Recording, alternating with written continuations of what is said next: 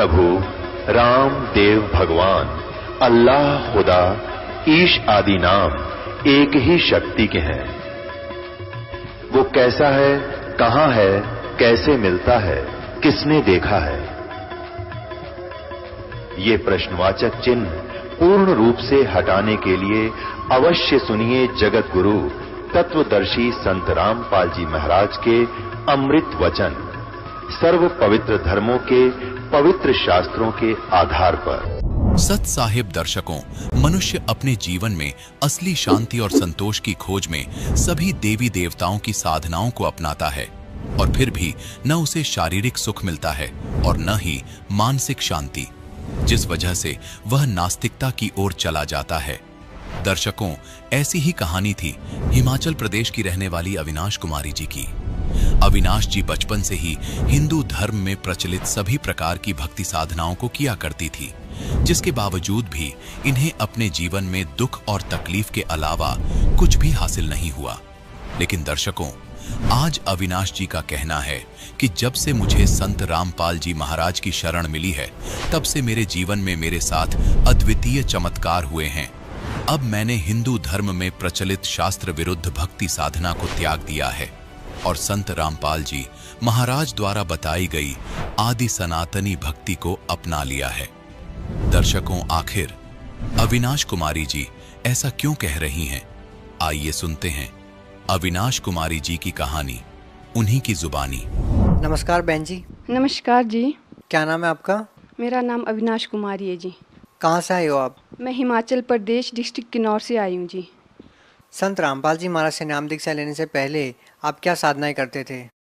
पूर्ण परमात्मा सदगुरु रामपाल जी महाराज जी से नाम दान लेने से पहले मैं शिव जी की पूजा करती थी बचपन से, और वहाँ पे देवी देवताओं की पूजा होती है और देवी देवताओं की ही पूजा करती थी जी। आप क्या काम करते हैं? मैं गृहिणी हूँ जी, घर में काम करती हूँ। कई बार लोगों से सुनने को मिलता है कि संत रामपाल जी महाराज जी देवी देवताओं की पूजा छुड़वाते हैं और उनके अनुयायी बोलते हैं कि नहीं छुड़वाते। इसके पीछे क्या कारण है? आखिर सच्चाई क्या है? पूर्ण परमात्मा सदगुरु रामपाल जी महाराज सभी देवी देवताओं की पूजा नहीं छुड़वाते। वो सही नाम साधना देते हैं और सही विधि बताते हैं मालिक, तो उसके द्वारा हम उनकी भक्ति करते हैं जी। वो छुड़वाते नहीं है, मतलब सही नाम दे के सही भक्ति करवाते हैं। बहन जी, संत रामपाल जी महाराज जी से आपने नाम दीक्षा ली, उसके बाद आपको क्या क्या लाभ मिले? पूर्ण परमात्मा सतगुरु रामपाल जी महाराज जी से नाम दान लेने से पहले मेरे इतने पाप कर्म थे जी। बीपी हाई था, बीपी लो था, अर्थराइटिस की प्रॉब्लम थी, गैस्ट्रिक प्रॉब्लम थी जी। मैं खाना भी ढंग से नहीं खा सकती थी जी।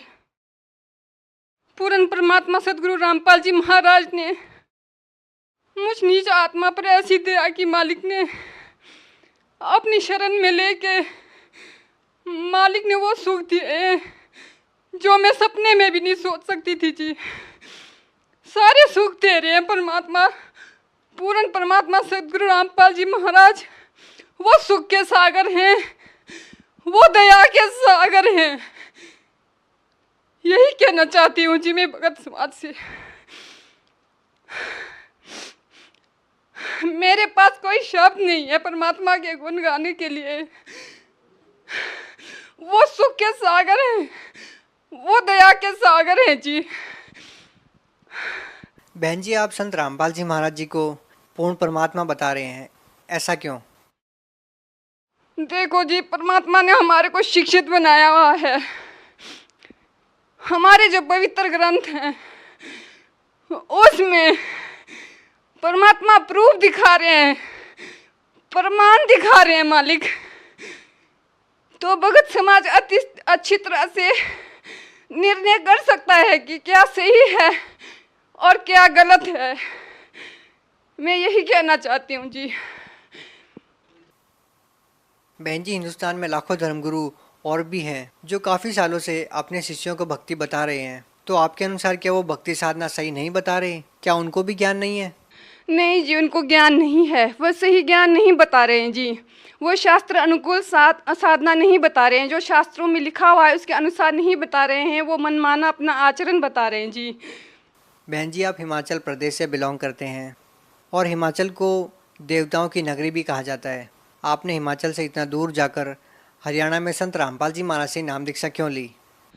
हम देवी देवताओं की पूजा करते थे, फिर भी इतने दुखी थे जी, इतने दुखी थे, कोई भी लाभ नहीं हो रहा था जी। ना ही शारीरिक लाभ हो रहा था, ना ही मानसिक लाभ हो रहा था, ना ही आत्मिक शांति मिल रही थी जी। तो भैया ने बताया कि ऐसे ऐसे पूर्ण परमात्मा 600 साल पहले धरती पर आए थे, सह शरीर आए थे और मालिक सह शरीर गए थे। ये बात मेरे मन को छू गई जी। बाकी ज्ञान तो हमारे को कुछ भी नहीं पता था जी, हम बिल्कुल जीरो थे जी। 2013 में मालिक ने 16 अगस्त 2013 को दया की सदगुरु रामपाल जी महाराज जी ने, तो हम बरवाला आश्रम में आए जी। वहाँ आके नाम दान दी परमात्मा ने। तो उसके बाद मालिक ने जब प्रूफ दिखाए, प्रमाण दिखाए ग्रंथों में, तो हमारे को यकीन हो गया कि पूर्ण परमात्मा सदगुरु रामपाल जी महाराज ही हैं जो गुरु के चोले में आए हुए हैं जी। बहन जी, जिस प्रकार से आप कह रहे हो कि आपका संत रामपाल जी महाराज जी में इतना गहरा विश्वास है, वो आपको शास्त्रों के अनुसार भक्ति साधना बता रहे हैं, समाज के अंदर कुरीतियों को खत्म कर रहे हैं, आप क्या कहना चाहेंगे? पूर्ण परमात्मा सदगुरु रामपाल जी महाराज जो शास्त्र विधि साधना बता रहे हैं, मालिक जो ज्ञान दे रहे हैं, तो मेरी भगत समाज से प्रार्थना है कि टीवी पर जो प्रोग्राम आता है मालिक का, उसको देखें और जो बुद्धि दी है, मालिक ने शिक्षा दी है, उससे सही गलत का निर्णय करें जी। आपको क्या लगता है संत रामपाल जी महाराज जी विवादों में क्यों रहते हैं? क्योंकि पूर्ण परमात्मा सदगुरु रामपाल जी महाराज सच्चाई को बाहर लाने की कोशिश कर रहे हैं। जो हमारे सतग्रंथ है, पवित्र धर्म ग्रंथ हैं, उसमें दिए गए तत्व ज्ञान को देने की कोशिश कर रहे हैं जी। क्या आपको लगता है कि संत रामपाल जी महाराज जी पूर्ण संत है, जैसा कि और जो भी संत है, अगर उनको हम देखें तो हमारे जो हिंदू धर्म में संत उसे माना जाता है जो भगवे कपड़े पहनता है, जटाएं रखता है, बड़ी बड़ी मालाएं पहनता है, लेकिन संत रामपाल जी महाराज बिल्कुल सिंपल वेशभूषा में रहते हैं। तो आप उन लोगों को क्या कहना चाहेंगे जो ये कहते हैं कि संत तो भगवा वस्त्र धारण करके रहते हैं, जटाएं रखते हैं, दाढ़ी रखते हैं, क्या कहना चाहेंगे? पूर्ण संत की पहचान कपड़े या माला पहनने से उससे नहीं होगी जी। पूर्ण सदगुरु की पहचान हमारे पवित्र ग्रंथ गीता में दिया हुआ है जी। संत की पहचान वो पूर्ण संत होगा जो हमारे को शास्त्र अनुकूल साधना बताएगा और जो ओम तत्सत का वेद बताएगा, वही पूर्ण संत होगा जी। बहन जी, आप भगत समाज को क्या संदेश देना चाहते हैं? मेरी भगत समाज से 2 हाथ जोड़कर यही प्रार्थना है कि पूर्ण परमात्मा सदगुरु रामपाल जी महाराज का ज्ञान सुनिए, उनको पहचानिए। ज्ञान को सुन के जो मालिक ने शिक्षा दी है, उससे सही गलत का निर्णय करिए। कौन सही ज्ञान दे रहा है और गलत ज्ञान दे रहा है, जल्दी से जल्दी परमात्मा की शरण में आइए और अपने इस जीवन को भी सफल बनाइए और मोक्ष की प्राप्ति कीजिए। बहुत बहुत धन्यवाद जी। नमस्कार जी। दर्शकों, अभी आपने सुने संत रामपाल जी महाराज से दीक्षा प्राप्त करके सुखी हुए भक्त के अनुभव। अब देखिए जगत गुरु तत्वदर्शी संत रामपाल जी महाराज के मंगल प्रवचन। जहां ब्राह्मण लोग नहाया करते थे, वहां मुसलमानों को अलाउड नहीं था स्नान करना उस गंगा में, और मुसलमान लोग इस गंगा की घनी परवाह भी ना करा करते नान को विशेष, क्योंकि उनके उस इतिहास में है ही नहीं। तो गौरी शंकर सरस्वती विवश हो गए, उनका नाम बदल दिया। गौरी शंकर का नाम धर दिया नूर अली और सरस्वती का नाम रख दिया नियामत। अपभ्रंश करके उनको सीधा नीरू और नीमा कहने लगे। अब कोई भी हिंदू उनके पास कथा सुनने नहीं जाता था। शिव की कथा वो कर नहीं सकते थे क्योंकि मुसलमान बन गए थे। रोजी रोटी निर्वाह की समस्या सामने आ खड़ी हुई। उन्होंने देखा कि पैसा हमारे पास नहीं है, कोई व्यवसाय कर नहीं सकते, तो उन्होंने सिंपल सा तरीका खोजा जो बगैर पैसे से कोई धंधा शुरू हो। तो कपड़ा बुनने का कार्य शुरू कर दिया। उसमें कुछ नहीं करना, 4 डंडे से गाड़ने होते हैं, 5-4 बस। वो जंगल में से काट लाए और चूल्हे का काम शुरू कर दिया। वो निसंतान थे, संतान नहीं थी।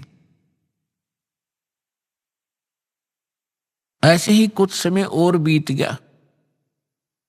वो भले ही मुसलमान बन गए थे, लेकिन भगवान शंकर की आस्था, श्रद्धा वो भुला नहीं पा रहे थे। जब भी कोई आपत्ति आती थी तो भगवान शंकर से अर्ज किया करते थे। अब गंगा घाट पर स्नान करना बंद करवा दिया। प्रतिदिन स्नान करने का स्वभाव उनका बना हुआ था। उसके लिए उन्होंने एक स्थान खोजा जो लहर तारा नामक एक स्थान था, जहां पर बहुत बड़ा एक सरोवर था, लहर तारा सरोवर, और उसके अंदर गंगा का ही जल वर्षा के समय में लहरों के द्वारा गऊ घाट के ऊपर से, जहां पशु जल पिया करते थे, वो किनारा कट जाता था और गंगा पहले बहुत फुल समय पर चला करती थी वर्षा घनी होने पर, 4 मास तक चौमासे में। तो उस गऊ घाट के ऊपर से पानी और फ्लो हो गए, लहरों के द्वारा उछल उछल गए और एक बहुत बड़े सरोवर को भर दिया करता था। वो झील थी और फिर उसमें सारा वर्ष जल निर्मल रहता था। गंगा के जल में एक गॉड गिवन एक ऐसा मेरिट है, ऐसा गुण है, ये सतलोक से आई हुई है ये गंगा, तो वो कभी खराब नहीं होता। पुण्यात्माओं, जितने भी आज तक सतलोक के गुण गाने वाले राधा स्वामी पंथ से पहले कोई सतलोक जाना नहीं था। और इन्होंने कबीर साहब की वाणी में तो सतलोक सचखंड की पूरी विवरण है ही है, लेकिन कबीर पंथी भी ढंग से नहीं जानते थे। सतलोक वो भी कहते थे, लेकिन सतलोक में कुछ नहीं मानते थे। चेतन ही चेतन है, वहां प्रकाश ही प्रकाश है, यही राधा स्वामी वाले कहते थे। और ये धन धन सतगुरु सच्चा सौदा, जय गुरुदेव। निरंकारी तो कहते हैं भगवान निराकार है। और किसी हिंदू से पूछ ले, किसी मुसलमान से पूछ ले, किसी इस सिख या ईसाई से पूछ ले, परमात्मा को वो निराकार बताते हैं। अब सच्चाई, जिन महापुरुषों ने भगवान को देखा, फिर इस दास पर रजा हुई। अब वहां क्या सारी सृष्टि ऐसी है जैसे यहां पर है, ये डुप्लीकेट है और वो ओरिजिनल है। वहां पर ये 5 तत्वों से बना हुआ कोई मटेरियल नहीं है, एक तत्व से बना हुआ। जैसे 5 तत्वों से यहाँ ये शरीर बना हुआ है, अब इसमें कोई तत्व दिखाई नहीं देता, दिखता ये 5 तत्वों से बना है। मृत्यु के उपरांत इसको जब सभा किया जाएगा, ये अपने अपने तत्वों में बट जाएगा। इसी प्रकार वहां एक तत्व से सारी सृष्टि, सभी पदार्थ एक तत्व से, काजू किस्म सेब संतरे ये अनार एक तत्व से, हमारा शरीर एक तत्व से, तो वहां केवल एक नूरी तत्व से ही बना हुआ होता है। तो जो अमर सरोवर है वहां से, सतलोक से ये गंगा आई है। परमात्मा ने एक सैंपल भेजा है कि हमारे लोक में ऐसा मटेरियल है, ऐसा पदार्थ है जो कभी खराब नहीं होते। और वहां तो लोक ही बहुत सुंदर है, वहां तो खराब होने का मतलब नहीं। और यहाँ इस गंदे लोक में 10 दिन में पानी में बदबू हो जाए, और यहाँ पर गंगा का जल खराब नहीं हो रहा। ये सतलोक से आया हुआ ये मटेरियल है, पदार्थ है। तो ऐसे दूधों की नदियां वहां सरोवर भरे हैं, दही के सरोवर भरे हैं, वहां पर शहद के सरोवर भरे हैं, हर तरह के पदार्थ हैं। और सदाबहार फल हैं, सदाबहार वृक्ष हैं, सदाबहार वहां पर ये बेल बूटे हैं, लता हैं। तो पुण्यात्माओं, प्रसंग चल रहा है, वहीं पर आते हैं। तो नीरू नीमा सुबह सुबह उठ करके प्रतिदिन उस लहर तारा नामक तालाब में स्नान करने के लिए जाने लगे। रूटीन बना हुआ था, गर्मी का मौसम था, ज्येष्ठ सुदी पूर्णमासी, गर्मी का मौसम। और उस दिन परमात्मा अपने वचनानुसार, जैसे सुदर्शन जी से कहा था, बेटा तू चिंता ना करे, मुझे टाइम तो कितना लगे तेरे माता पिता को मैं पार करूंगा। जिस कारण से वो बोला भगत सुदर्शन यहाँ की इच्छाओं को त्याग सका नहीं तो उसके गल में या एक फांसी और गल गई थी। यही बहुत थी उसको यहाँ काल के लोक में फंसाने के लिए। लेकिन पुण्यात्माओं, परमात्मा कहते हैं मेरी शरण में जब आप आ जाओगे, फिर मेरा काम है तुम मेरी मर्यादा में रहना, मुझसे दूर ना होना, फिर मैं आप करूंगा तुम्हारे सारे काम। कैसे तुम्हें पार करना है वो फिर मेरी ड्यूटी है। अब जैसे परमात्मा ने एक फार्मूले बताए हैं, द्वार धनी के पड़ा रहे, धक्के धनी के खावे, 100 काल झकझोल ही पर द्वार छोड़ ना जावे। एक तरीका बताया है कि द्वार धनी के पड़ा रहे और धक्के धनी के खावे, यानी अपने सच्चे दरबार में, अपने सतगुरु के पास यहां आता रहे, चाहे कुछ भी आपको लोग कहें और कोई छोटी मोटा ऐसा कोई दुख भी आप पर आ जावे, उसमें अपनी हिम्मत नहीं आ रहे और भगवान से दूर मत होना। इसलिए कहते हैं द्वार धनी के पड़ा रहे और धक्के धनी के खावे। सतलोक यानी आश्रम में आता रहे जाता रहे, छोटा मोटा कोई उक चुक हो भी जा, हिम्मत नहीं आ रहे। कबीर साहब कहते हैं सत ना छोड़े सूरमा, सत छोड़े पत जा, और सत के बांधे लक्ष्मी फिर मिले किया। फिर फार्मूला बताया है कि द्वार धनी के पड़ा रहे, धक्के धनी के खावे, 100 काल झकझोल ही पर द्वार छोड़। तो परमात्मा भी और भी कहते हैं कि जो जन मेरी शरण है, जो एक बार मेरी शरण में आ गया और गुरुद्रोही हुआ नहीं, फिर उसको मैं छोड़ूंगा नहीं, पार करके ही छोड़ूंगा, समय कितना लग जाए। जो जन मेरी शरण है ताका हूं मैं दास, और गेल गेल ला गया फिरूं जब तक धरती आकाश। तो पुण्यात्मा, अब परमात्मा ने अपना वचनानुसार उनको निकालना था। यदि वो ब्राह्मण बने रहते, उनमें अभिमान की कमी नहीं थी, और जहां अभिमान है वहां भगवान मिल नहीं सकता उन व्यक्ति को। आज से 600 वर्ष पहले ब्राह्मण वर्ग एक बहुत ही उच्च कोटि के माने जाते थे। इनको हमारे क्षेत्र में दादा नाम से पुकारा जाता था, चाहे छोटा सा बालक हो, और बहुत बड़ी महिमा थी इनकी। उस समय परमात्मा ने पहले तो उनकी वह मरोड़ काटी, वो बनाए मुसलमान, उस ब्राह्मण कुल से हटाया। अब वो बेशक मुसलमान बने हुए थे, लेकिन वो तो एक सिंपल मैन थे, गुजारा करते थे अपना, जैसे भी नमाज नमूजू न बता दी वह कर रहे थे, लेकिन अंतःकरण उनका टूटा हुआ था, उनके अंदर कोई अभिमान नहीं था। तो परमात्मा ज्येष्ठ सुदी पूर्णमासी संवत 1455 सन 1398 को ब्रह्म मुहूर्त में, ब्रह्म मुहूर्त कहते हैं सूर्य उदय होने से लगभग 1.5 घंटा पहले। यहां थोड़ा सा प्रसंग और सुनाना अनिवार्य है कि स्वामी रामानंद जी एक ब्राह्मण थे। वो काशी के अंदर अधिकतर ब्राह्मण लोग जो थे वो ऊत भूत की पूजा करते और करवाते थे। सदग्रंथों, वेदों और पुराणों से वे दूर चले गए थे। उस महापुरुष ने आकर के वहां पुनः वेदों का, पुराणों का आदि श्रीमद् भगवत गीता का प्रचार करना शुरू किया, जैसा उनको नॉलेज था। उन्होंने 1400 ऋषि बना रखे थे अपने चेले। उनको संत रूप में उनका एक पहचान बना रखी थी। वैष्णव परंपरा से जो दीक्षित होते हैं वो सारे उनको बाह्य आडंबर करवा रखे थे।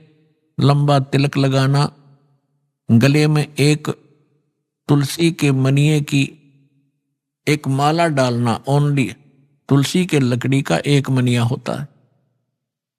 इस प्रकार के आप लक्षण वाले को वैष्णव संत बोलते हैं। तो 1400 वैष्णव संत बना रखे वो जगह जगह प्रचार किया करते थे। और जैसे रामानंद जी ने उनको साधना बता रखी थी, वो साधना भी किया करते थे। उन 1400 ऋषियों में से एक ऋषि थे अष्टानंद ऋषि, और वो प्रतिदिन उस लहर तारा तालाब के ऊपर जाकर स्नान किया करते थे।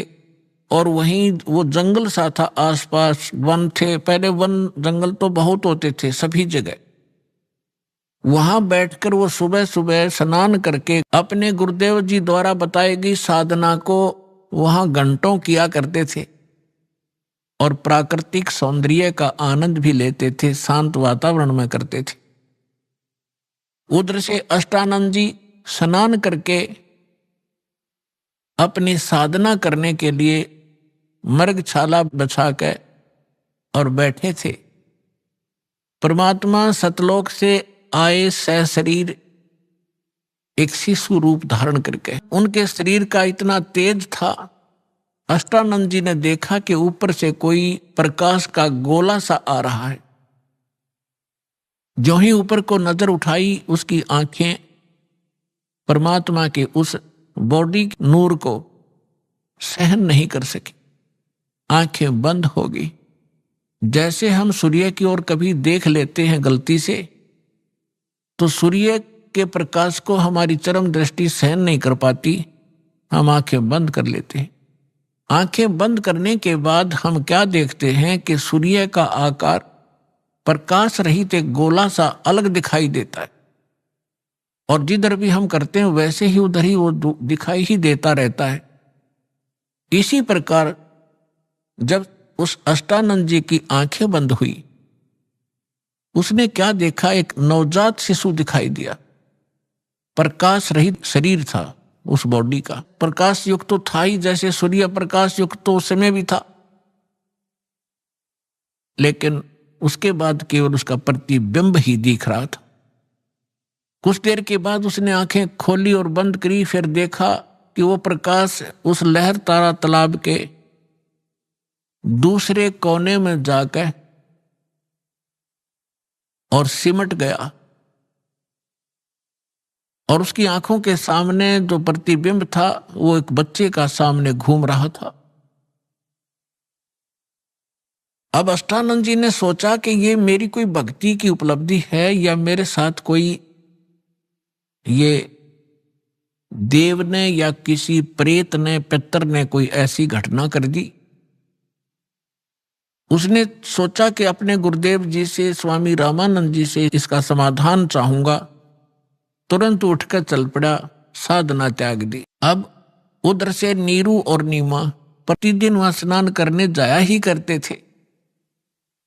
अपनात्मा परमात्मा उस नीरू नीमा को संतान दे सकते थे, इतनी दे देते कि हाथ जुड़वा देते, बस करवा देते उनकी। लेकिन कहते हैं ना, समाज के विचार और भगत और जगत के विचारों में बहुत अंतर हो जाता है। इसी कारण से जगत और भगत का विरोध रहा है। जगत जो परंपराएं निभा रहा है, वो भगत उनको निभाकर आगे बढ़ नहीं सकता। भगत के विचार शास्त्र अनुकूल होते हैं, जगत के विचार अपनी परंपराओं पर आधारित ही रहते हैं। अब यहां समाज तो ये कहता है, पहले तो बहुत बुरा हाल था, जिसका कोई पुत्र ना हो, संतान ना हो, तो ऐसी धारणा बन रखी थी हमारे अंदर कि सुबह सुबह उसके दर्शन भी नहीं करने चाहिए, वो मनहूस व्यक्ति है। ये तो है जगत के विचार। और हमारे सूक्ष्म वेद में परमात्मा का दिया ज्ञान वो क्या कहता है कि जिनका संतान नहीं है वो बहुत ही खुशकिस्मत वाले व्यक्ति हैं। अब यहां बात बिगड़ती है कि ये क्या मतलब होया भाई, जिसका संतान नहीं है वो घणे अच्छी किस्मत वाले हैं, और जिनका संतान है वह माड़ी किस्मत वाले। ये 100 की 100 सत्य है। लेकिन जो भक्ति नहीं करते वो चाहे संतान वाले हों और चाहे बिना संतान वाले हों, दोनों ही कर्महीन हैं। और जो शास्त्र अनुकूल भक्ति त्याग कर मनमाना आचरण भक्ति भी कर रहे हैं तो भी यूजलेस है, वो भी कर्महीन है। शास्त्र अनुकूल साधना परम संत से प्राप्त करके फिर चाहे संतान वाले हों और चाहे ना संतान वाले हों, दोनों ही खुशकिस्मत है। अपने आत्माओं इस अध्यात्म ज्ञान को अच्छी तरह समझना। अब बिना संतान वाले क्यों खुशकिस्मत हैं? पुणात्माओं, परमात्मा का उद्देश्य आपको इस गंदी दलदल से निकालना है, और आपने जो ज्ञान सुना है, जो परंपरा और जो विचार सुने हैं, वो इस दलदल में फंसे रहने के ही सुने हैं, और उन्हीं को आप फाइनल और सत्य मान बैठे हो। एक बार सुखदेव ऋषि जी 12 वर्ष तक अपनी मां के गर्भ में रहे। वो बाहर नहीं आए क्योंकि गर्भ के अंदर बच्चे को अपने पूर्व जन्म के संकट और आने वाले इस जन्म में जो लिखे हुए हैं वो सारे याद रहते हैं कि के दुख आएंगे तेरे ऊपर बाहर जाते। जिस कारण से उसने गर्भ से बाहर नहीं आया, वो 12 वर्ष के बाद ब्रह्मा विष्णु महेश तीनों ने आकर उससे कहा, सुखदेव तू बाहर आ जा, ये परंपरा खराब मत कर। तब उसने कहा था कि आप के अंदर से निकल रहे ये तीनों गुण, क्या त्रिगुणमयी माया बाहर आते ही अचेत कर देती है, शुद्ध बुद्ध भला देती है। आप अपनी माया को रोको। अब इन्होंने कहा कि देखो, इस माया को रोकना हमारे बस की बात नहीं है, ये तो हमारे अंदर गुण भर दिए भगवान ने, लेकिन हम कुछ क्षण के लिए सांस घोट सकते हैं, नहीं तो हमारा शरीर फट जाएगा। ये इतनी देर तक, बस इतनी देर, फ्रिक्शन ऑफ सेकंड हम इसको रोक सकते। तब सुखदेव जी ने कहा आप इतनी देर रोक दो। कहते तीनों देवा थम भी माया, उदर गर्भ से बाहर आया। अब क्या बताते हैं, सुख दे सुख में उपजे, राई सिंह समोए, नौ नाथ और सिद्ध 84 संग उपजे थे दोए। अब हम और प्रकरण ना बढ़ा करके आपको जो उद्देश्य है उसको सुनाते। पुणात्माओं, सत्संग ध्यान से सुना करो। आप कोई 2000 किलोमीटर से आ रहा है, कोई 1500 किलोमीटर से, कोई 800 किलोमीटर से, कोई 500 से, कोई 400 से, और यहां आकर भी आपकी अटपट खटपट नहीं मिटती, फिर आने का फायदा क्या हुआ? अरे 2-2.5 घंटे हम फिल्म देखा करते पहला, जब इस मार्ग पर ना लगे थे। एतवार के अंदर क्या स्कीम बनाया करते कि VCR लाओगे किराए पर, 100 रुपये लगेंगे, और 3 फिल्म लाओगे 3-3 घंटे की हैं, और शाम में चला देते 7 बजे। सारी रात आंख पाड़े बैठे रहते, ना नींद आती, ना उठ कर जानने जी करता, 9 घंटे। तो कोई और वो जब बैठे रहते, अरे भगवान का अमृत बरसे, 5 मिनट में इधर उधर भागना शुरू कर दे, वो काहे के भगते हैं। ठीक है किसी कोई, क्योंकि यहाँ रोगी ज्यादा आते हैं, दुखी बहुत। आज कोई सुखी नहीं है संसार में, वैसे तो पहले भी नहीं था, पर ईब तो कर टूट रहा सब के ऊपर। तो यहाँ प्रधानमंत्री बना बैठा और कोई न कोई बीमारी लिए फिर रहा है, वो भी तो किसी ना किसी रोग से वो ग्रस्त है, और भयंकर रोग है उसका। ठीक है, उसका ट्रीटमेंट करने वाले साथ साथ रहते, इसलिए वो थोड़ा घिसट रहा है। तो कहने का भाव ये है, वो बात अलग है, कोई बीमार है वो जाओ, बाथरूम भी जाना पड़ सकता है उसको, और कोई जड़ी बूटी लेने भी जाना पड़ सकता है, लेकिन ज्यादातर ध्यान दो सत्संग सुनने। आज जो प्रसंग चल रहा है कि सुखदेव जो था वो बाहर आया, बाहर उसको आने से उस माया का प्रभाव नहीं बना, और उसको अपने भविष्य की याद बनी रही और पिछला इतिहास याद रहा। जब वो 12 वर्ष की उम्र का मां के गर्भ से निकला, मां के गर्भ से निकला जब तो छोटा था, बाहर निकलते ही वो एकदम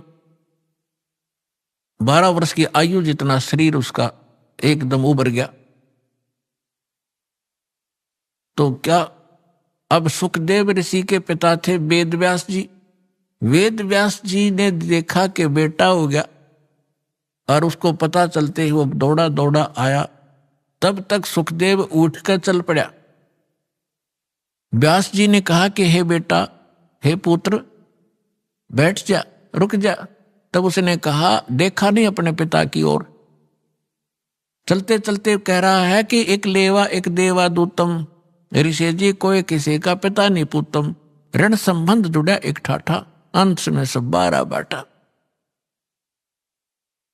सुखदेव ने कहा कि ऋषि जी, ना जाने कितनी बार तू मेरा बाप बन गया और ना जाने कितनी बार मैं तेरा बाप बन चुका हूं। ये बुरा झंझट है। ना जाने ये कितने युगों से आप और हमारा संस्कार उलट पुलट चल रहा है। अब के मैं इससे पीछा छुड़वाऊंगा और यदि मैं आपको देखूंगा तो मेरी ममता आप में बन जाएगी। यूं कहकर के वो पिछले संस्कार से उसकी कोई बैटरी चार्ज थी, उसमें आकाश में उड़ जाने की सिद्धि पूर्व जन्म के संस्कार से थी। वो आकाश में उड़ गया, आगे जाकर अपनी और नाल काटी और पत्ते पुत्ते लपेट कर जंगल में घूमने लग गया। ये लंबी कथा है, हम उस प्रसंग पर आते हैं कि एक लेवा एक देवा दूतम और कोई किसी का पिता नहीं पुतम। पुणात्मा और परमात्मा का ज्ञान है, ये किसी डूम बाट के गीत नहीं है। यदि आपने अध्यात्म मार्ग को ग्रहण करना है और यहां भी सुखी होना है और सतलोक चलना है, तो जो ज्ञानदास आपको बता रहा है उसको हृदय में संभाल लेना। अब क्या बताना चाहता हूं कि जैसे आज कोई आपका पुत्र है, कोई पुत्री है, ये पिछले संस्कार से है। एक बेटा ऐसा है, पिता कमा रहा है, जोड़ रहा है, उसके लिए मर रहा है और वो गुल छर्रे उड़ा रहा है, शराब पी रहा है, गाड़ी खरीद ली है और 10 मित्रान बिठा के होटलों में जाकर दारू पीता है, मांस खाता है और पिता बैठ कर रोता है। तो उस पिता ने पिछले जन्म में उस बेटे का ले रखा था, कोई किसी ने कभी रिश्वत ली होगी या कोई धोखा करके कोई अटपट किया होगा, अब वो पूरे करके छोड़ेगा। एक कथा है, एक किसान था, उसकी पत्नी, एक पुत्र होने पर पत्नी की मृत्यु होगी। उसने दूसरा विवाह कराया, उससे एक पुत्र हुआ, फिर दोनों ही मर गए। अब बड़े पुत्र का विवाह हो चुका था, छोटा पुत्र उससे 10-15 वर्ष अंतर था, छोटा था। अब क्या हुआ, जो बड़ा पुत्र था पहली पत्नी से और छोटा पुत्र था वो उससे उनसे काफी उम्र में छोटा था, छोटे वाला बीमार हो गया, इतना रोगी हो गया, कुछ पैसे भी लगाए लेकिन वो इलाज नहीं हो पा रहा था।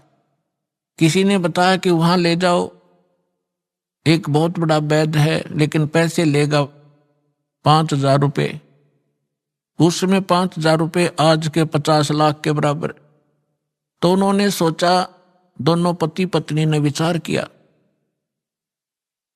कि क्यों ना इसको किसी प्रकार से इसकी मृत्यु करा दें, विष दे दें, तो उसके पति और सारी संपत्ति अपने पास रह जाएगी, इस वाली भी। उन्होंने ये विचार करके स्वयं तो हत्या करने की सोची नहीं, एक डॉक्टर से बात कर ली, वैद्य से,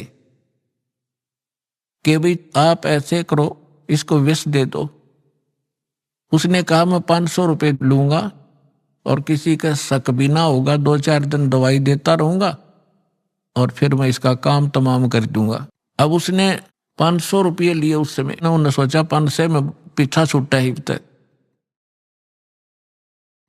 तो उसने 500 रुपये लेकर उसको विष दे दिया, वो लड़का मर गया।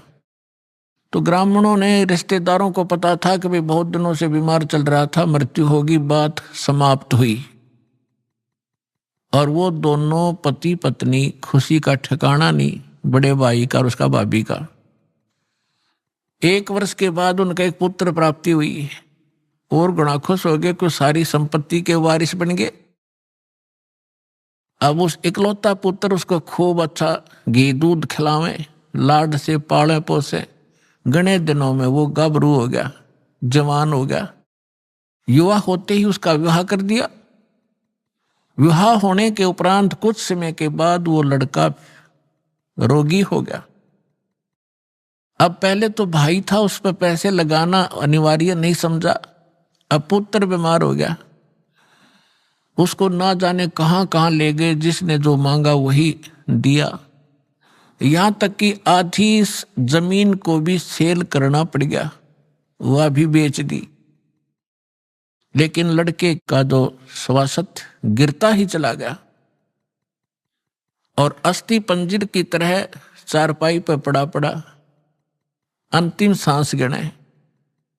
उसका पिताजी साथ बैठा था। उस लड़के ने कहा कि भाई साहब, अपने पिता से बोला, भाई साहब मेरे कफन और लकड़ी की तैयारी कर। अब उस व्यक्ति ने सोचा बच्चा ज्यादा रोगी हो गया और एक ही बैक की बात कर रहा है। उसने कहा बेटा मैं तेरा बाप हूं, मैं तेरा पिता हूं। वो बोला, लड़का बोला तू मेरा पिता नहीं, तू मेरा भाई है। और सुन, मैं तेरा वो भाई हूं जिसको तूने विष देकर मारा था। और भले पुरुष मेरा हिसाब बराबर हो लिया, आधी जमीन तूने बेच दी मेरे इलाज पे।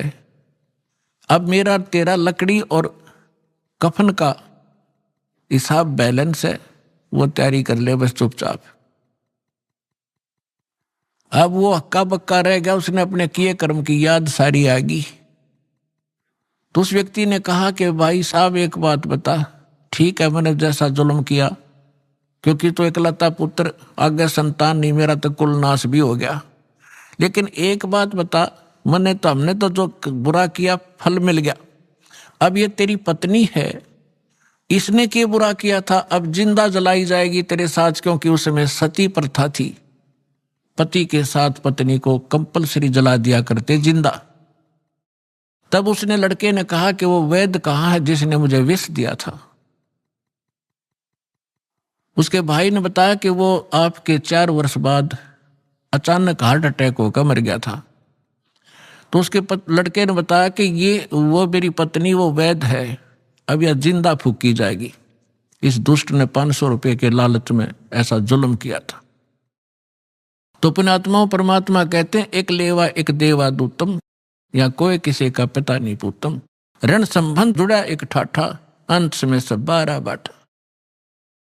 अब जो प्रसंग चल रहा था कि जिनके संतान नहीं है वो उनका बैलेंस खत्म हो गया है, किसी के साथ संस्कार उलझ नहीं रहा, उलझेड़ा नहीं रहा उनका। और हमारे समाज में ऐसे ये लोक वेद दंत कथा ऐसी बना रखी है कि जिसका संतान नहीं उसका के जीना, उसकी शकल भी ना देखो। अपने आत्मा, जो बहन और जो भाई जिसका संतान का संयोग नहीं है, यानी वो कति क्लियर है, उनका कोई एक दूसरे से लोन नहीं है। अब लोन नहीं है तो जानबूझ कर भगवान भी लोन फंसावे नहीं उनका, वो आपको हर पहलू पर ज्ञान देंगे। लेकिन अब जिस विषय पर चल रहा है यही बताएंगे। अब जैसे क्या होता है, इंसान तो कुछ दिनों के बाद संतोष कर लेता है कि भी चलो भगवान ने जैसा संस्कार दिया हमारे भाग्य में ना होगा। लेकिन बहन, उसकी पत्नी को संतोष नहीं होता।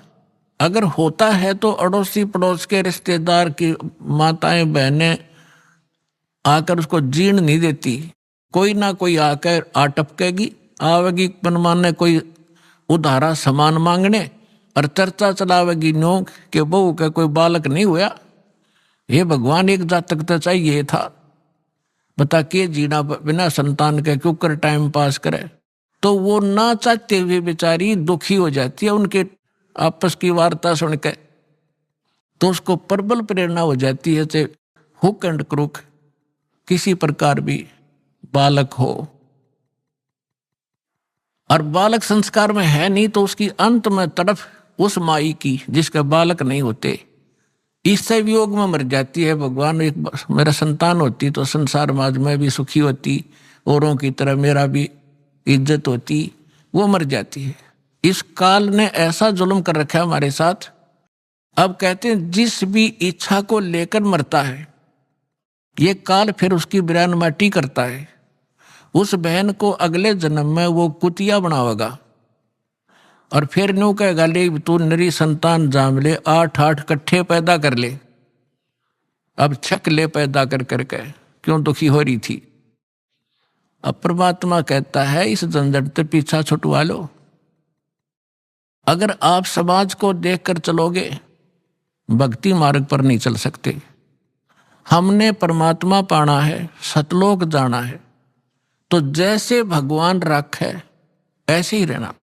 अब थोड़ा सा यहाँ प्रसंग और बताना पड़ेगा, क्योंकि प्रथम बार जो भक्त आते हैं जिनका संतान नहीं है, उनको कुछ संतोष तो इस उदाहरण से होगा, लेकिन वो चिंता ना करें। यदि आपने यो उलझेड़ा करवाना है तो वो भी कर देंगे भगवान, क्योंकि आप शरण में रहना, उनको मालूम है कि शरण में रहेंगे तो वो उस संस्कार को जो मालिक जोड़ेगा वो फिर अपने ही हिसाब से उनको पार भी कर देगा। जैसे अभिदास ने कहा था कि परमात्मा की शरण में जब आ जाते हैं भगवान, फिर कहता है कि तुम मेरे अनुसार चलते रहना, फिर मैंने देखना तुमको कैसे पार करना। जैसे सुदर्शन जी की इच्छा बन गई कि मेरे माता पिता पार हो जब बात बने। अब हालांकि उनका कोई संस्कार नहीं था, वो चले गए थे, कोई कुतरू बन रहे थे कि गधा बन रहे थे। परमात्मा ने वो भी स्वीकार किया, बेटा तुझे पार करने के लिए मैं यह भी तेरी समस्या हल करूंगा। तो इसीलिए जिनका संतान नहीं है, पर जब घड़िए पहले तो कोशिश करेगा भगवान कि ना फंसे इस अड़ंगे में, और नहीं मानेंगे तो फिर वह भी समस्या आपकी संतान वाली भी यहाँ खूब हल होगी। थोड़ा सा उदाहरण दे दो। एक बहन, वैसे तो बहुत से ऐसे उदाहरण है यहाँ पे, जिनके 10-10, 15-15, 20-20 वर्ष तक विवाह हुए को हो गए थे, संतान नहीं थी। अब यहाँ सत्संग सुनकर जाते हैं तो उनका मन शांत हो जाता है कि ना हमने संतान चाहिए नहीं। और वहां जाओ संसार में वह जान दे इंजेक्शन ला दें, अब वो फिर बेचैन हो जा बहन, तो फिर आते डिमांड वो ही करे। बहुत बार समझाया उनको, लेकिन आखिर में परमात्मा ने उनको फिर वो अगे दिल टूटेगा कि तो और जा फंसेंगे किसी नालायक आदमी का। अभी आपने सुने संत रामपाल जी महाराज के मंगल प्रवचन। आइए अब सुनते हैं संत रामपाल जी महाराज से नाम दीक्षा लेकर सतभक्ति करके अद्भुत लाभ प्राप्त करने वाले अनुयायी के विचार। दर्शकों, इंसान अपने जीवन में सभी प्रकार की पारंपरिक भक्ति साधनाएं करता है और हर वो रास्ता अपनाता है जो उसके धर्म में लाभदायक और मोक्षदायक बताया जाता है, लेकिन फिर भी अक्सर उसे बीमारियां और परेशानियां घेर लेती हैं। ऐसा इसलिए होता है दर्शकों, क्योंकि वह शास्त्र विधि को त्याग कर मनमाना आचरण कर रहा होता है। दर्शकों, ऐसी ही कहानी थी दिल्ली के रहने वाले राजू जी की। राजू जी ने सच्ची भक्ति की खोज में वर्षों तक मंदिरों और गुरुद्वारों में माथा टेका, अनेक तीर्थ यात्राएं की और अनेकों मंत्रों का जाप किया, लेकिन फिर भी इन्हें न तो शारीरिक सुख मिला और न ही मानसिक शांति मिली। लेकिन दर्शकों, आज राजू जी का कहना है कि जब से मैंने संत रामपाल जी महाराज से नाम दीक्षा ली है, तब से मेरी जिंदगी पूरी तरह से बदल गई है। दर्शकों, आखिर राजू जी ऐसा क्यों कह रहे हैं? आखिर राजू जी संत रामपाल जी महाराज को भगवान क्यों बता रहे हैं? आखिर इसके पीछे की सच्चाई क्या है? आइए सुनते हैं राजू जी की कहानी, उन्हीं की जुबानी। सर नमस्कार। नमस्कार भाई। सर क्या शुभ नाम है आपका? राजू दास। राजू दास जी, कहाँ से आए आप? जी भजनपुरा नेहरू बिहार दयालपुर से आए हैं जी। सर संत रामपाल जी महाराज से कब जुड़े आप? मेरे को 3 साल हो गए जी नाम लिए हुए। सर संत रामपाल जी महाराज की शरण में आने से पहले आप क्या भक्ति साधनाएं करते थे? सर जी मैं कांवड़ लेने जाता था, देखा देखी सबके साथ में, मंदिर भी जाता था, हनुमान जी की भी पूजा करता था, और जो घर वाले करते थे देवी देवताओं की पूजा वो करता था, उनमें आस्था रहती थी मेरे को। मगर मेरे को संतुष्टि नहीं मिलती थी। जब मैं कांवड़ लेने गया तो कांवड़ लेके आया तो फिर मैं जल चढ़ाया, तो मैंने कहा ये तो क्या नाम है, इतने दूर से आए हम, जल लेके आए और इसमें थकान हो गई पैरों में, फिर जल चढ़ा के उसके बाद में मेरी थकान उतरी नहीं, तो मेरे मन में एक विचार पैदा हुआ, मैं कहा ये तो ना काम भगवान का नहीं है। अगर मान लो हमने जल लाया और जल ला के चढ़ा दिया तो उसके बाद में दर्द नहीं होना चाहिए पैरों में। तो मैं इसी बात में तो सारा मतलब कि अपने आप में कन्फ्यूज रहता था। मैं सोचता था यार ये तो कोई मजेदार का काम नहीं है, ये तो कोई भगवान कोई और है। मेरे अंदर एक क्रिया जागती थी, मगर उसकी मेरे को जानकारी नहीं मिलती थी। तो मैं हमारे एक वहाँ पे नेहरू बिहार में एक भगत जी हैं, देवेंद्र भगत जी, वो ब्याज पे पैसा देते थे और मंदिर भी मतलब जाते थे। और तो हमें पता चला कि जो है उन्होंने ब्याज पे पैसा देना बंद कर दिया। ऐसे आदमी ने जो कि बिल्कुल ब्याज का बहुत लालची थे वो, और मेरे को ये लगा कि मैं उनसे पूछता हूँ। तो उनसे पूछा तो उन्होंने मुझे बताया कि मैं संत रामपाल जी महाराज के शरण में जा चुका हूँ और मुझे अब उनका ज्ञान मिला है। उस ज्ञान के आधार से ब्याज लेना और जो है क्या नाम है लोगों को सताना, ये पाप है। अगर जो है ये अगर हम करेंगे तो हम 84 लाख में चले जाते हैं और इसी तरीके से हमारा जन्म मृत्यु भी लगी रहती है। तो मैंने कहा ये तो मेरे को भी ऐसा होना चाहिए, क्योंकि मैं भी जन्म मृत्यु से छुटकारा चाहता हूँ। तो मैंने उनसे कहा फिर कैसे कैसे होगा? तो उन्होंने कहा कोई बात नहीं, मैं तुम्हें ज्ञान गंगा दूंगा, उसको पढ़ना। तो मैंने कहा ठीक है जी, ज्ञान गंगा दे दो। तो उन्होंने मेरे को ज्ञान गंगा दी, फिर पढ़ी मैंने। तो मैं अनपढ़ था, मैं पढ़ नहीं पाता था, क्योंकि मेरे को का कप कार पैरा ऐसा तो पढ़ लेता था मगर पूरा नहीं पढ़ पाता था।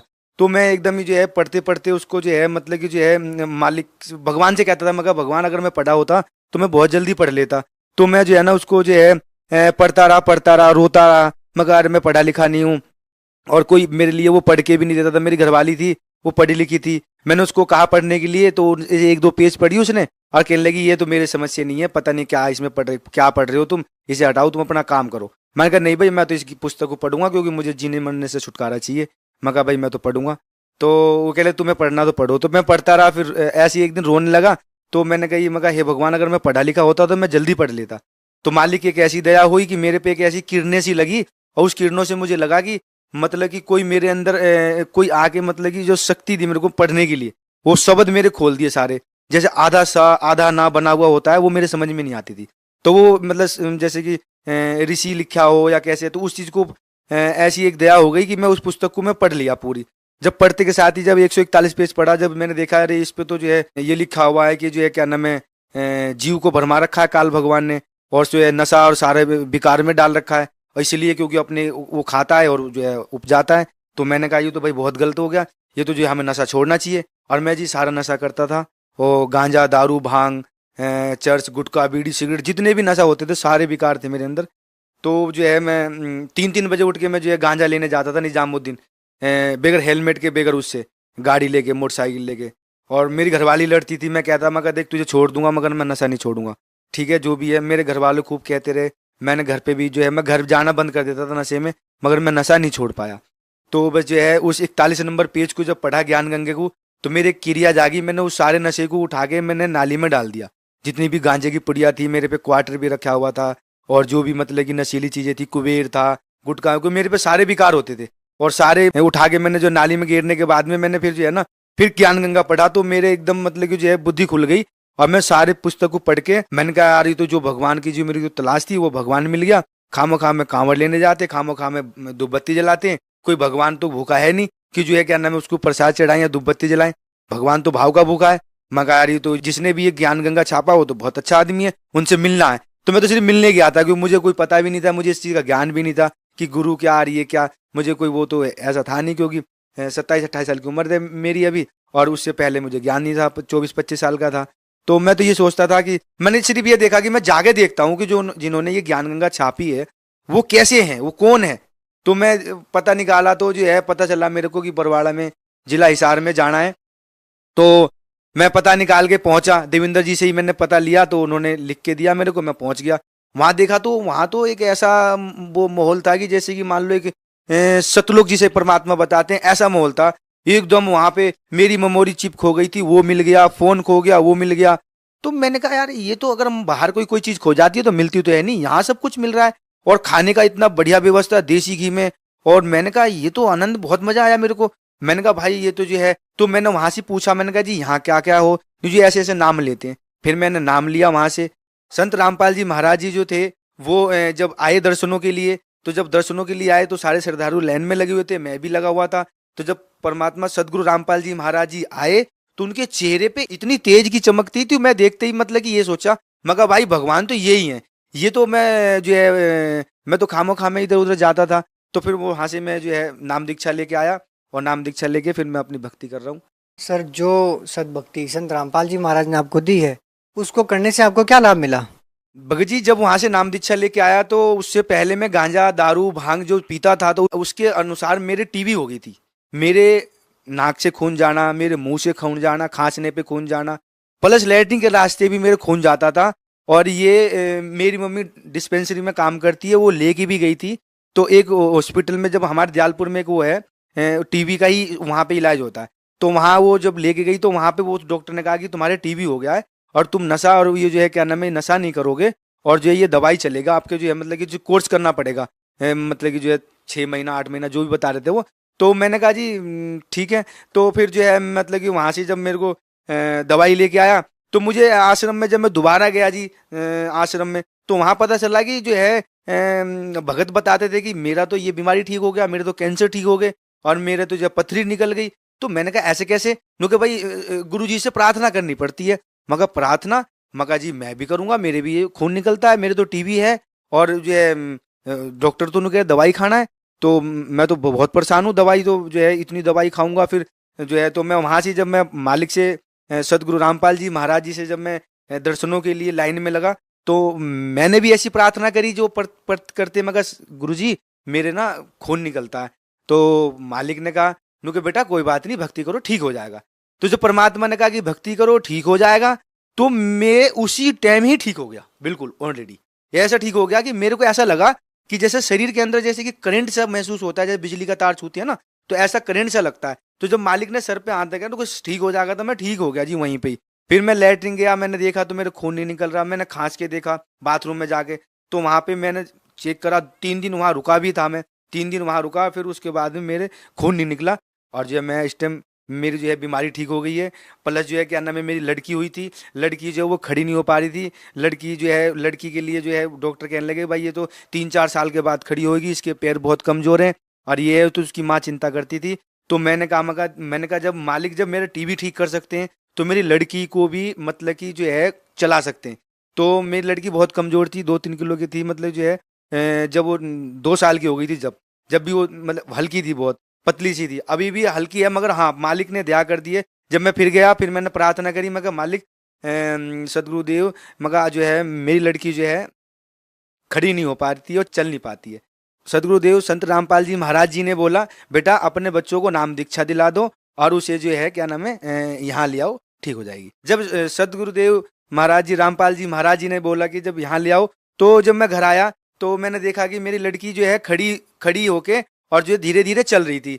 तो मैं आके यहाँ पे देखा, मैंने कहा ये क्या, ये तो मालिक का चमत्कार हो गया। सदगुरुदेव ने कहा कि यहाँ लाओ वो ठीक हो जाएगी, तो वो तो ठीक हो गई। फिर उसकी मम्मी भी गई, वो नाम लेके आ गई। सर जी मैं जो है ना काम के लिए बहुत परेशान रहता था और जो है मैं ये सोचता था कि काम जैसे जाके कहता था मैं वेल्डिंग का काम करता हूँ, मैं सबको कहता कि जी काम है ऐसे करके मैं पूछता था। मगर जब मालिक की शरण में जब से जुड़ा हूँ मैं, तो मेरे पास में इतना काम आता है कि मैं काम नहीं कर पाता हूँ, ठीक है ना। हमारे संत रामपाल जी महाराज जी जो हैं ये जो है हर जगह हमें बचाते हैं। जैसे मान लो एक्सीडेंट से भी सदगुरुदेव ने बचाया, गुरुजी आके बिल्कुल खड़े हो जाते हैं। जब भी कोई आपत्ति आती है सदगुरुदेव आ जाते हैं, खड़े हो जाते हैं। मगर उन्होंने कहा कि बेटा हमारे मर्यादे में रहना और जो है नशा और जो है मीठ कोई यूज नहीं करना, हम उसी मर्यादा। आपके गुरुजी क्या मर्यादाएं बताते हैं जो एक शिष्य को फॉलो करनी होती है, संत रामपाल जी महाराज जी के शिष्य को फॉलो करनी पड़ती है? देखो हमारे जो सदगुरुदेव हैं संत रामपाल जी महाराज जी, वो मर्यादा तो वो जो बताते हैं वो तो शास्त्र के अनुसार बताते हैं, शास्त्रों में लिखा हुआ है और ये हर व्यक्ति जानता है। नशा करने वाला ये जानता है कि नशा ठीक नहीं है, मीट खाने वाला भी जानता है कि मीट खाना सही नहीं है, और जो है क्या नाम है शादी में जो दहेज देते हैं वो भी जानते हैं कि दहेज देना ठीक नहीं है। दहेज के ऊपर घरवाली फंसा देती है किसी को। दहेज तो देना लेना तो अपराध है ही, मगर वो चीज को तो जो है लोग आजकल अपना बिजनेस बना के और जो है ये जो है जितने भी पंडित हैं, जितने भी ये जो नशे वाली चीजें बना रहे हैं, ये अपना ये भी लिख के देते हैं कि भाई देखो सेहत के लिए हानिकारक है। सर बहुत से लोगों द्वारा ऐसा कहा जाता है कि संत रामपाल जी महाराज सभी देवी देवताओं की भक्ति छुड़वाते हैं, सर क्या कहना चाहेंगे? नहीं सर जी ऐसा तो है नहीं, बिल्कुल भी। देवी देवताओं की भक्ति तो नहीं छुड़वाते, देवी देवताओं की तो भक्ति वो बताते हैं, क्योंकि जिसका नाम है जो असली नाम है वो नाम देते हैं हमारे को। हम किसी को मान लो मेरा नाम राजू है और कोई मुझे कहे राजा राजा, तो मैं नहीं सुनूंगा, मैं तो सुनूंगा कोई और कह रहा। मगर जैसे मान लो कोई भैंस है, भैंस को अगर वो खड़ा है तो भैंस को करेंगे ना, भैंस भैंस तो भैंस ही नहीं सुनेगा, भैंस को हुड़ हुड़ करते हैं। जैसे मान लो किसी भी कुत्ते को बुलाते, कुत्ता कुत्ता बोलेंगे तो नहीं आएगा, कुत्ते को पुचकारना पड़ता है, उसको पुचकारते हैं तो कुत्ता भगा हुआ आता है दो मिला के। तो इस तरीके से जो ये देवी देवता है इनकी तो भक्ति परमात्मा हमारे को इनका असली नाम बताते हैं जो शास्त्रों में लिखा हुआ है। मगर हम तो इनको कहते हैं शंकर जी हैं, दुर्गा जी है, माता जी हैं और वो है, तो इनसे कोई बेनिफिट नहीं है। बेनिफिट तो इनका जो असली नाम है जो शास्त्रों में लिखा हुआ है इनका नाम, हाँ जी, जो मंत्र है वो लिखा हुआ है इनका। उन मंत्रों से अगर मालिक जो है करते हैं तो हम तो जब मालिक ने जो हमें मंत्र दिया है, सदगुरुदेव जी रामपाल जी महाराज जी ने जो हमें मंत्र दिया है उसको हम करते हैं, तो हमारे सबको जो है हमारे को तो उनकी भक्ति है सेम, उन्हें छुटाना तो है ना, उनको तो बल्कि बताते हैं। सर भगत समाज को क्या संदेश देना चाहते हैं? देखो मैं पूरे भगत समाज को, जैसे कि मान लो मैं अपने घर से लेके बाहर से, पहली बात तो पूरा घर है ये हमारे सारे भाई बहन है, हम तो ऐसा नहीं है, मगर ये जरूर है कि मैं सबको यही कहना चाहता हूँ कि जो है क्या नाम है, सदगुरुदेव जो संत रामपाल जी महाराज जी हैं, इनका जो है टीवी पे जो है सत्संग आता है, उसको देखो, ज्ञान गंगा पुस्तक है उसको पढ़ो, ठीक है ना। और जो है फोन नंबर है इस पे, अपने जो है SMS करके और घर पे मंगवा लो, फ्री में ज्ञान गंगा आएगा। इसको एक बार पढ़ के अपने शास्त्र से मिला लो, फिर उसके बाद में चाहे तुम किसी की भी पूजा करो, कैसे भी करो, कोई टेंशन नहीं, मगर एक बार मिला लो, क्योंकि ये जागृत करने के लिए आए हुए हैं। क्योंकि उनको इस टाइम किसी को भी नहीं छोड़ना। वो कह रहे हैं कि मैं सबको पार करूंगा, मगर पार जब भी करूंगा जब आप मीटर से तार लगाओगे। जब मीटर से तार लगा लोगे तो मीटर में लाइट आएगी मीटर में, तो पूरे घर में फिटिंग में लाइट आ जाएगी, फिर सारे काम हो जाएंगे, लाइट बल्ब सब जल जाएगा। तो इस तरीके से सदगुरुदेव जी जो हमारे कह रहे हैं कि जो है अपने आ जाओ और अपना कल्याण करा लो। क्योंकि जो भी जितने भी, जैसे मान लो ये गुरु बने हुए हैं, ठीक है, कोई दिक्कत नहीं है, वो उनकी निंदा, वो तो कहते हैं कि निंदा नहीं है, वो तो उन्हीं की किताबों में बता देते हैं कि भाई ऐसे ये देखो तुमने ये लिखा है और इसमें ये कह रहे हैं, वो चीज को बताते हैं और वो साफ दिखाते हैं टीवी पे कि ये लिखा हुआ है। कोई अपनी तरफ से तो एक भी शब्द नहीं कहते हमारे गुरु जी। तो इसलिए उनको भी जो है, जितने भी गुरु हैं उनको भी ये प्रार्थना है हाथ जोड़ के कि भाई आप भी आ जाओ हमारे गुरु जी से, जो है आपके ही गुरु जी हैं, हमारे क्या सबके गुरु जी हैं, क्योंकि पूरे विश्व के गुरु जी हैं। जब भगवान एक है, परमात्मा एक है, तो वो गुरु भी एक ही है इस पृथ्वी पे, और कोई गुरु नहीं है। ये तो अपने बिजनेस कर रहे हो, बिजनेस ठीक है, वो मालिक ने कहा है कि जो जैसा करे वैसा भरेगा। बाकी ये है कि हम तो यही कहते हैं भाई ज्ञान समझ लो गुरु जी का, और अपने जो है सबको, जितने भी भगत हैं सबको यही कहता हूँ कि भाई अपने जो है कल्याण कराओ, मोक्ष चाहिए, ये गुरु जी संत रामपाल जी महाराज जी के शरण में आना पड़ेगा, उनसे मोक्ष लेना पड़ेगा। देखो बड़े भाई, मैं ये कहना चाहता हूँ कि जैसे कि मान लो जो हमारे शास्त्र में जो भक्ति लिखी हुई है, उस भक्ति से अगर हम भक्ति करते हैं तो हमारे जितने भी दुखों का जो है निवारण है वो कट जाता है। क्योंकि हम शास्त्र के अनुसार भक्ति नहीं करते, इसलिए हम दुखी रहते हैं। सारे भगवान देवी देवताओं की पूजा करते हैं फिर भी दुखी रहते हैं।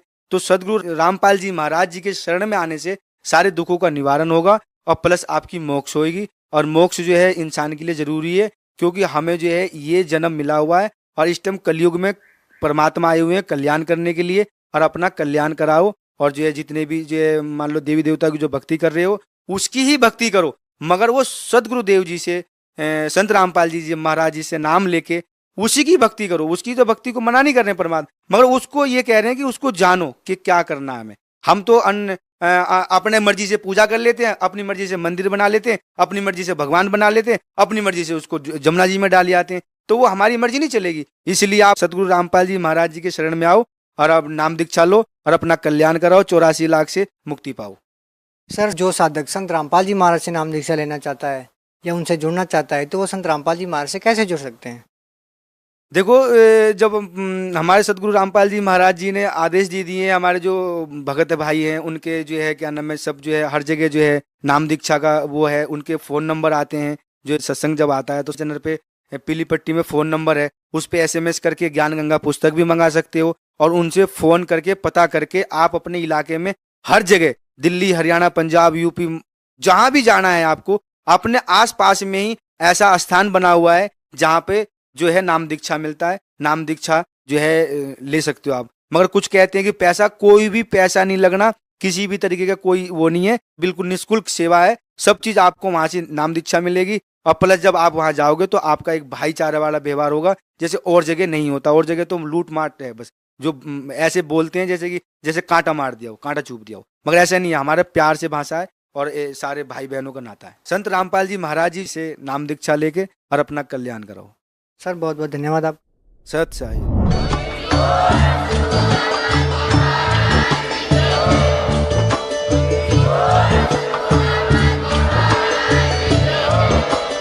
आप सुन रहे थे जगत गुरु तत्वदर्शी संत रामपाल जी महाराज जी के मंगल प्रवचन। अधिक जानकारी के लिए विजिट कीजिए हमारी वेबसाइट www.jagatgururampalji.org। संत रामपाल जी महाराज जी के शुभ आशीर्वाद से पूरे विश्व भर में 500 से भी ज्यादा नाम दीक्षा केंद्र हैं, जिन पर संत रामपाल जी महाराज जी द्वारा ऑनलाइन निशुल्क नाम दीक्षा दी जा रही है। अपने नजदीकी नाम दीक्षा केंद्र का पता करने के लिए संपर्क करें 8222880541।